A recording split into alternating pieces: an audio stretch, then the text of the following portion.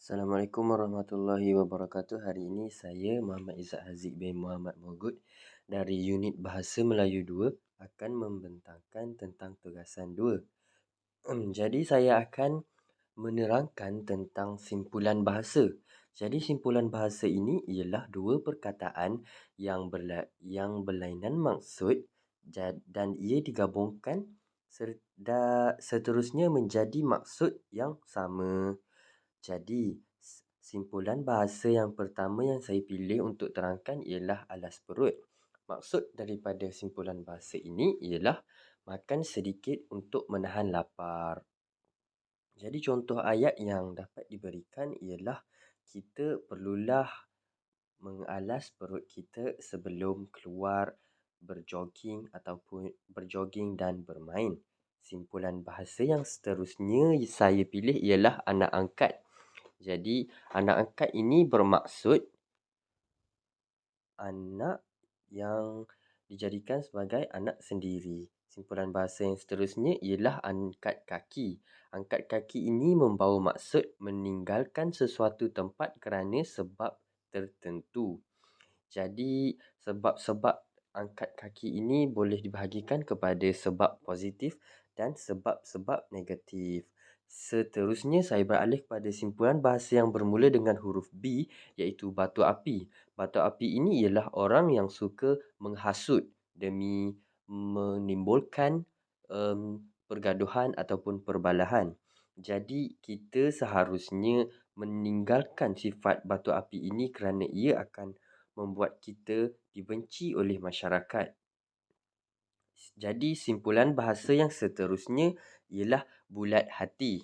Maksud daripada perkataan bulat hati ini ialah bersungguh-sungguh ketika membuat sesuatu. Jadi, sikap bulat hati ini adalah sikap yang positif dan seharusnya kita amalkan. Contoh ayat yang dapat kita buat daripada simpulan bahasa bulat hati ini ialah kita haruslah sentiasa mengamalkan bulat hati agar dapat kejayaan. Seterusnya, simpulan bahasa yang saya pilih ialah bahasa kasar. Bahasa kasar ini membawa maksud bahasa yang tidak sopan untuk digunakan. Jadi, bahasa kasar ini seharusnya dielakkan daripada kita gunakan. Simpulan bahasa yang seterusnya ialah cakar ayam.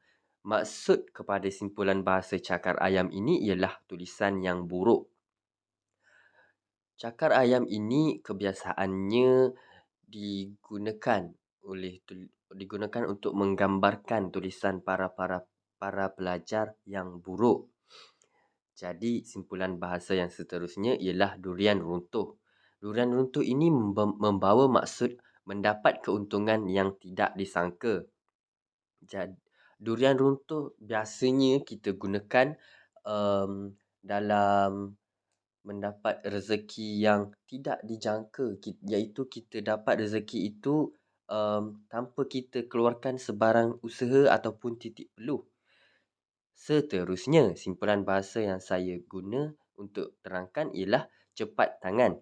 Cepat tangan ini simpulan bahasa yang jarang digunakan dalam pertuturan kita, iaitu ia membawa maksud perbuatan yang suka perbuatan yang suka mencuri. Maafkan saya. Sikap cepat tangan ini haruslah kita elakkan dan sebaiknya kita tinggalkan.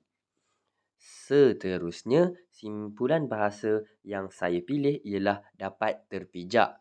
Dapat terpijak ini bermaksud mendapat sesuatu tanpa melakukan sebarang usaha. Jadi, dapat terpijak ini terdapat sedikit persamaan dengan durian runtuh. Perbezaannya ialah dapat terpijak ini kita tidak melakukan sebarang usaha, namun durian runtuh itu kita tidak menjangkakannya. Simpulan bahasa yang seterusnya ialah fajar menyingsing. Fajar menyingsing ini membawa maksud waktu selepas subuh sehingga waktu terbitnya matahari. Jadi, waktu ini jikalau dalam Islam kita namakan sebagai waktu duha. Seterusnya, simpulan bahasa yang saya pilih pada kali ini bermula dengan huruf G, iaitu gaji buta. Gaji buta ini bermaksud mendapatkan gaji dengan kerja yang tidak bersungguh-sungguh. Simpulan bahasa yang terakhir untuk saya terangkan ialah gulung tikar. Gulung tikar ini bermaksud menutup perniagaan kerana kerugian ataupun bankrupt. Jadi, sekian saja daripada saya. Wassalamualaikum warahmatullahi wabarakatuh.